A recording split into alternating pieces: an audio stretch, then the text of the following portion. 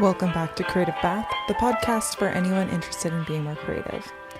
So it's winter here in the Pacific Northwest, which means that it's cold and it gets dark at like 4 p.m. And my anecdote for this is running and watching other people run when I don't feel like going outside, to make me maybe go outside. And it gets me up, gets my endorphins going. And it's been perhaps one of the things that's got me settled here the best. I feel like I was still a little homesick, but it's helped me with being more grateful. And it's helped me with going out and experiencing the nature here. I mean, the nature in the Pacific Northwest is some of the best in the world, if you ask me. So it's just been a really great thing for me. And when I think about other things that have gotten me more settled living here, I have to say that doing this podcast has also been one.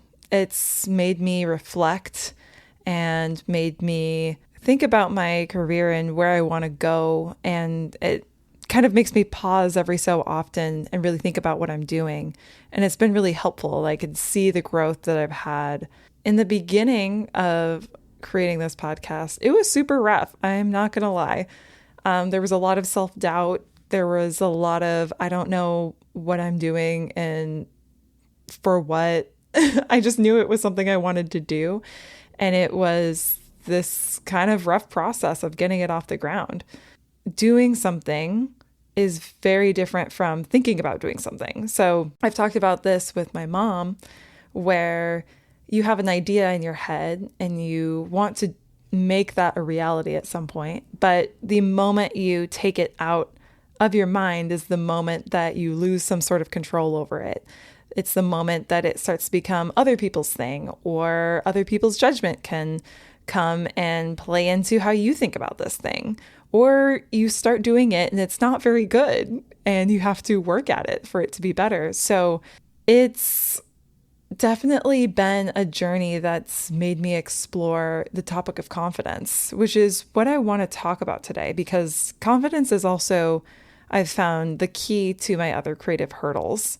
And this past year has been one that's been a little bit rough, not rough in a sense that any one particular thing has happened. It's just been a challenging year with transitions and learning things about myself and cutting my teeth. And one of the biggest learnings is that there's a real cost to not believing in myself. I have found there's a monetary cost, So just thinking about that, I wanted to sit down and research creative confidence so that I could provide some good tips or some takeaways for the listeners. And I was kind of frustrated with what I was reading. There were a lot of general tips about keeping an open mind, practicing, and it just didn't scratch the itch for me. It kind of reminded me of when I was a junior designer and I wanted to be better and I wanted to be faster and I wanted to be more confident and I wanted to articulate things better. And a lot of people advised me that it just takes time and practice, which at the time just felt so out of my control. I can't make up more time that I'm spending on something. I have to just trudge through it. And I just felt like, well, is there more I can do? What kind of practice? People talk about it's not just practice, it's what kind of practice you're doing. And so I had a lot of questions going into this, and this episode might be more of a rambly one, more about where my mind is at right now.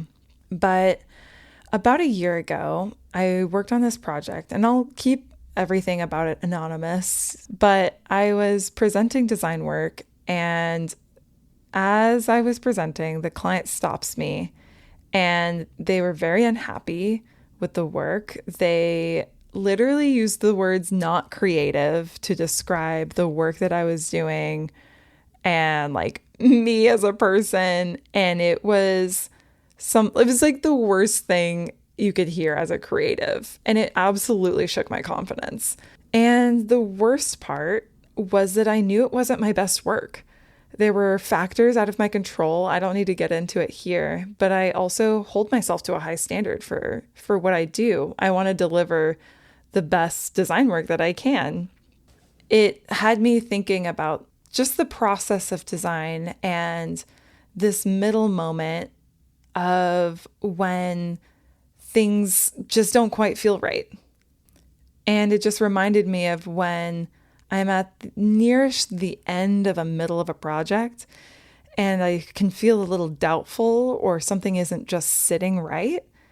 And this is a point where I've given up on personal projects, or it's when personal projects don't become fun anymore. And it's also when I've noticed I need to ask feedback from others on the client work, for instance. And it just kind of feels like the ship is going down, and maybe I'm going down with the ship, or maybe the ship is going down because I'm the one driving it. There's just, I guess, a lot of attacks of the self for me. And the work that I was presenting that day was at that stage where I knew it wasn't what it could be. I knew it could be further. I knew I could do better. And I was really frustrated with myself. But over the past year, I've broken past that.